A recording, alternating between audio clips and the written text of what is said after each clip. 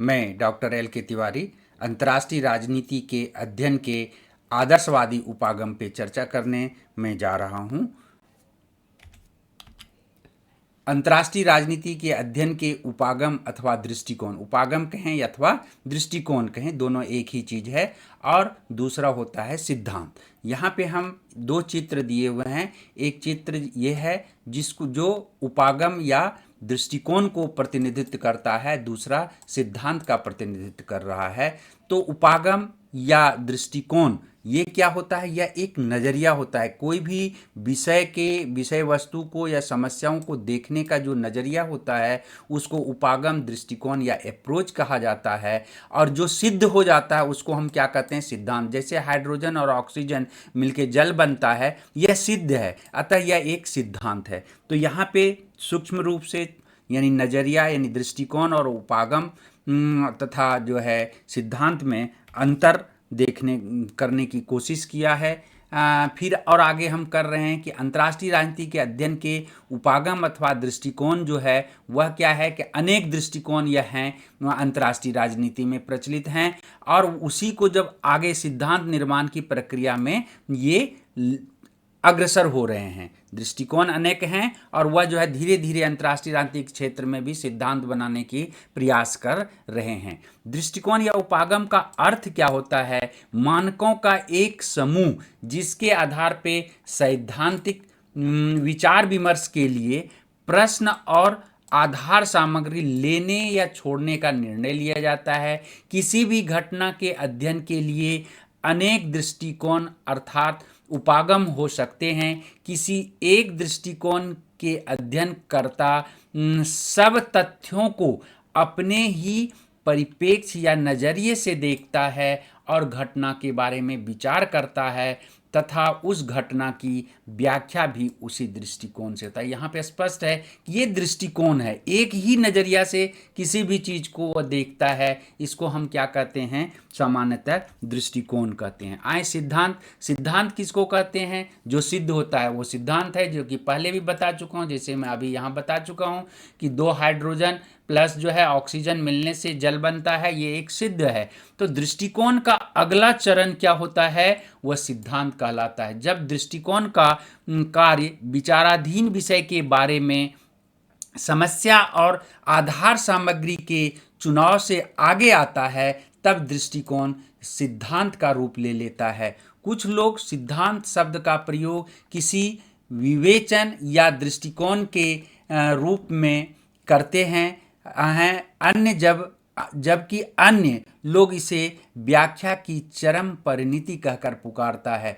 किसी भी विज्ञान के नियमों की व्याख्या ही सिद्धांत है। जैसे यहाँ पे ऑक्सीजन हाइड्रोजन मिलके जल मिलता है, ये नियमों की व्याख्या है, तो इसको हम सिद्धांत कहते हैं। सिद्धांत वे तर्क संगत अनुमान हैं जो किसी भी घटना के मूल कारणों की विवेचना करते हैं। सिद्धांत से विषय या वस्तु की व्याख्या करने का प्रयत्न किया जाता है। वस्तुतः सिद्धांत का स्वरूप दृष्टिकोण से निर्धारित होता है और दोनों को एक दूसरे से अलग नहीं किया जा सकता है। कहीं न कहीं दोनों में तालमेल है। इसीलिए अंतर्राष्ट्रीय राजनीति के क्षेत्र में भी आप देखेंगे कि अधिकांश विद्वान जो है कभी कहीं दृष्टिकोण कहते हैं, कभी सिद्धांत कह देते हैं। जैसे मार्गेंथु का यथार्थवादी सिद्धांत कहेंगे, कभी दृष्टिकोण कहेंगे। यहाँ पे हम अंतर्राष्ट्रीय राजनीति में कुछ प्रचलित जो है दृष्टिकोण और आंशिक सिद्धांत हैं उसकी हम यहाँ सूची दिए हैं। जैसे है कि दार्शनिक आधार पे अगर हम सोचेंगे तो आदर्शवादी और यथार्थवादी दृष्टिकोण है। वैज्ञानिकता के पक्ष पर अगर हम सोचेंगे तो परंपरावादी और व्यवहारवादी, इसी को आधुनिक भी दृष्टिकोण कहते हैं।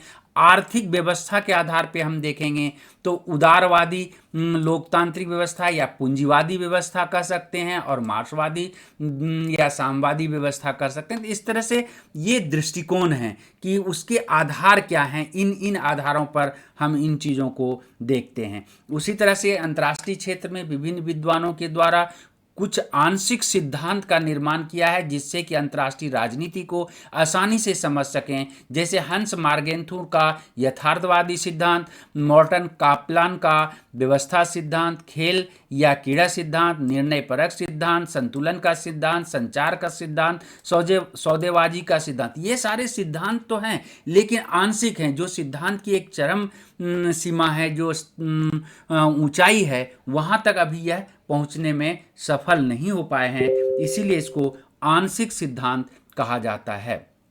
आगे हम और देखेंगे कि अब जो है अंतर्राष्ट्रीय राजनीति के अध्ययन के आदर्शवादी उपागम पे हम आज चर्चा करने जा रहे हैं। अंतर्राष्ट्रीय राजनीति या अंतर्राष्ट्रीय संबंध जब कहेंगे, पहले भी हम बता चुके हैं, दोनों को आज एक ही अर्थ में हम देख रहे हैं और उसी में से जो है अंतर्राष्ट्रीय राजनीति के क्षेत्र में वास्तव में जो है आदर्शवादी दृष्टिकोण एक है, तो दूसरा इसका जैसा कि बताया कि उसका जस्ट उल्टा यथार्थवादी दृष्टिकोण है। अंतर्राष्ट्रीय राजनीति के प्रमुख तत्व क्या हैं? राष्ट्रीय हित, विवाद, शक्ति और सहयोग हैं। जो विद्वान राष्ट्रीय हित की प्राप्ति के लिए सहयोग पर बल देते हैं वो आदर्शवादी दृष्टिकोण के समर्थक कहे जाते हैं। ठीक उसी तरह से जो विद्वान राष्ट्रीय हित की प्राप्ति के लिए शक्ति या संघर्ष पर बल देते हैं उसको हम क्या कहते हैं? यथार्थवादी दृष्टिकोण। आगे हम जो है अब हम सिर्फ आदर्शवादी दृष्टिकोण पे चर्चा करेंगे, यथार्थवादी दृष्टिकोण पे हम अगले वीडियो में हम आपको चर्चा करेंगे। आदर्शवादी उपागम। आदर्शवादी अंतर्राष्ट्रीय राजनीति के विवादों को हल करने के लिए शक्ति के स्थान पे किस पे बल देता है? सहयोग पे बल देता है। आदर्शवादी विचारधारा का जन्म जो 18वीं शताब्दी में हुआ था। कब हुआ था? फ्रांस और की क्रांति और अमेरिका का जो स्वतंत्रता आंदोलन हुआ था उस समय इस आंदोलन के जो प्रमुख प्रणेता थे वो आदर्शवादी लोग थे। उसी तरह से कैंडरसेट ने जो है सन 1985 में एक विचार दिया कि एक ऐसी विश्व व्यवस्था की कल्पना की जिसमें न युद्ध के लिए कोई स्थान था, न विषमता के लिए, न अत्याचार के लिए। उसने यह विश्वास प्रकट किया कि मनुष्य अपनी बुद्धि, शिक्षा, विज्ञान के उपयोग से इतनी उन्नत कर लेगा कि भावी मानव समाज में हिंसा नहीं होगी, अत्याचार नहीं होगा, अनेकता नहीं रहेगा, सत्ता लोलुपता नहीं होगी, शक्ति के लिए संघर्ष नहीं होगा। और ये एक आदर्श अंतर्राष्ट्रीय परिदृश्य जो है मानव समाज के सामने आएगा। उसमें से जो आदर्शवादी का जो दृष्टिकोण है उसकी कुछ यहाँ विशेषताएं देखते हैं कि आदर्शवादी भविष्य में ऐसे अंतर्राष्ट्रीय समाज के तस्वीर पेश करता है जो शक्ति, राजनीति, अनैतिकता और हिंसा से सर्वथा मुक्त हो। इनकी मान्यता है कि राजनीति में आदर्शवादी दृष्टिकोण का संबंध क्या होना चाहिए से है।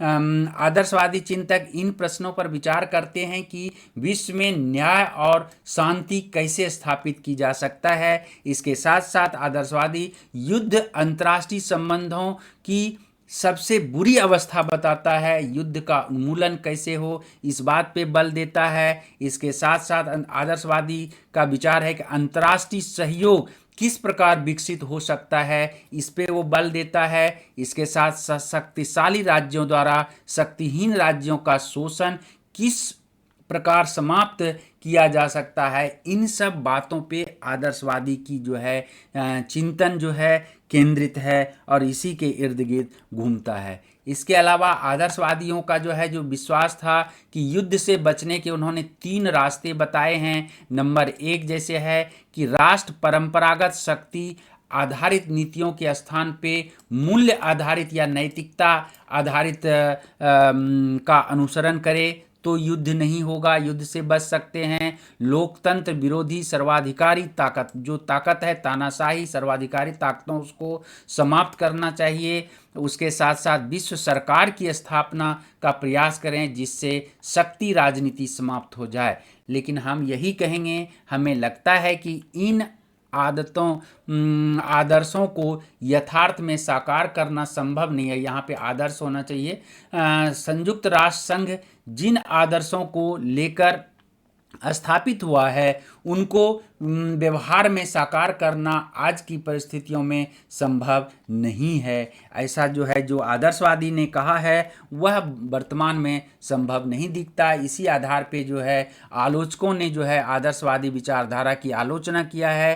प्रथम है कि आदर्शवादी व्यवस्था तभी संभव हो सकती है जब सभी राज्य पारस्परिक संबंधों के बल और सैनिक शक्ति के प्रयोग का परित्याग कर दे, इसके स्थान पे नैतिक सिद्धांतों का पालन करे, किंतु या निकट तो क्या सुदूर में निकट तो क्या सुदूर भविष्य में भी संभव नहीं है, यानी ये संभव ही नहीं है इस तरह का। दूसरा आलोचक कहते हैं, आदर्शवादी की आलोचना करते हैं, वो कहते हैं कि आदर्शवादी व्यवस्था लाने के लिए उग्र सैनिकवादी हिंसक शक्तियों का पूरा दमन या विरोध किया जाएगा। इसके लिए हिंसा होगा तो परस्पर एकदम अव्यवहारिक लगता है कि इसको कैसे दमन किया जाए, तो ये काफ़ी अव्यवहारिक आदर्शवादी दृष्टिकोण लगता है। तीसरी आलोचना इसकी की जाती है कि इस सिद्धांत के अनुरूप राज्यों से उद्देश्य नैतिक सिद्धांतों के पालन की आशा रखना मात्र जो है क्या है, सपना है। कोई भी जो है राष्ट्र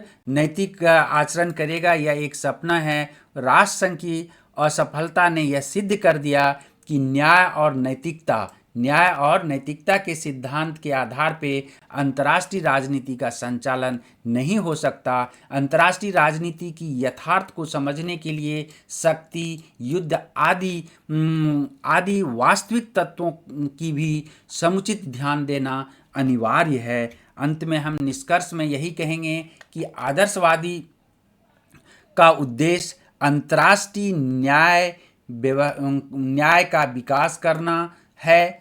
अंतर्राष्ट्रीय राजनीति का आदर्शवादी दृष्टिकोण राजनीतिक नैतिकता, अंतर्राष्ट्रीय लोकमत, विश्व संवाद, विश्व सरकार के आदर्श के साथ बांधना चाहता है अंतर्राष्ट्रीय राजनीति को। आदर्शवादी शांति और न्यायपूर्ण विश्व व्यवस्था में विश्वास करता है। एक विश्व सरकार की स्थापना, दूसरा शक्ति की राजनीति को समाप्त करना चाहता है। कुछ आदर्शवादी विद्वान प्रमुख हैं, उसमें से सबसे प्रमुख हैं वुडरो विल्सन, जिन्होंने आदर्शवाद को लाया, कांट, ग्रीन, ये सब यहाँ पे आपको दे रहे हैं। ये सब आदर्शवादी दृष्टिकोण के समर्थक हैं।